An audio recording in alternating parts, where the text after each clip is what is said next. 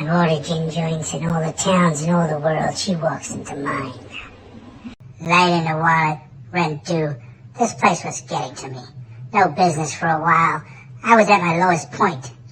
When, like a dust devil in the desert, she walked in with an air so strong it reeked of money. She had a look on her face that said, "I'm here to save you from your pitiful, miserable existence." She said to me, "You must be Detective BlueShark."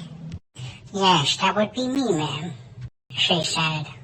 "I'm Miss Hammerhead. I need to hire you to find someone.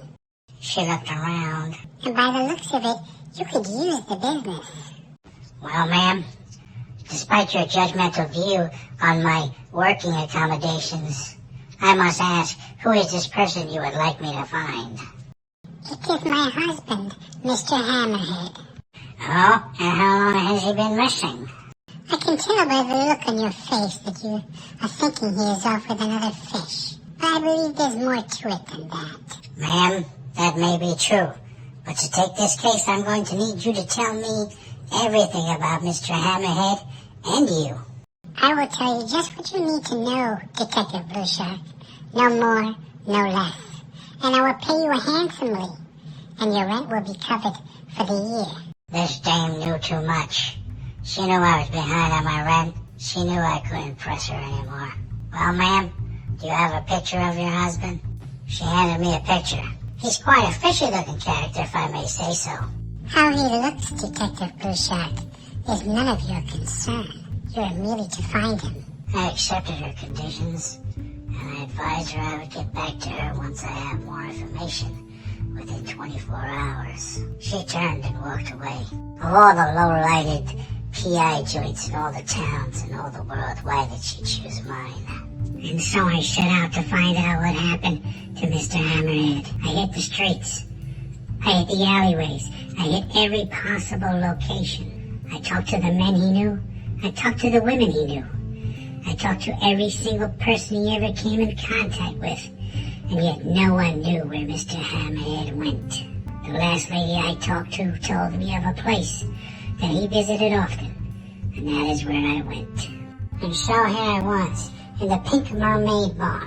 Mr. Hammerhead frequented this joint on many occasions, looking around for any possible clues or connections as the clock ticked onward toward the 24-hour deadline. It was at that moment I noticed it. Solid proof of what happened to Mr. Hammerhead. I quickly moved to secure the clue that I had found, and like a shark in the meat frenzy, I sped away with the prize before anyone knew what I had done.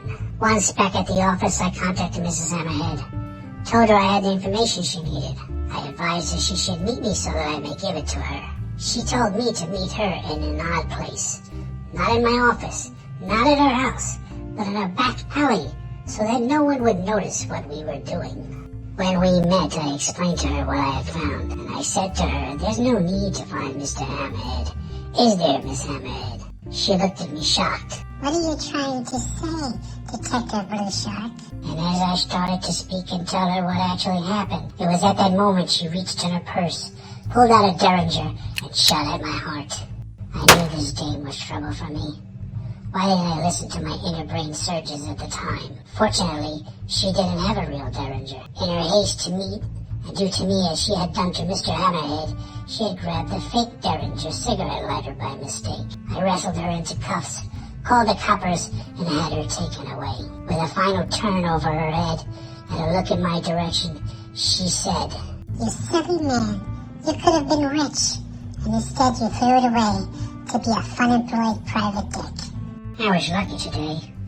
And even though my office rent is still due, and I just wasted 24 hours, I think the next time some dame comes swimming into my office with promises of riches and caviar, that I just leave the door closed. Oh, by the way, there was no clue. I was bluffing. I knew she did it all along. Do-do, do-do, do-do, do-do, do-do, do-do, do-do, do-do-do-do-do. Do-do, do-do, do-do, do-do, do-do, do-do, do-do.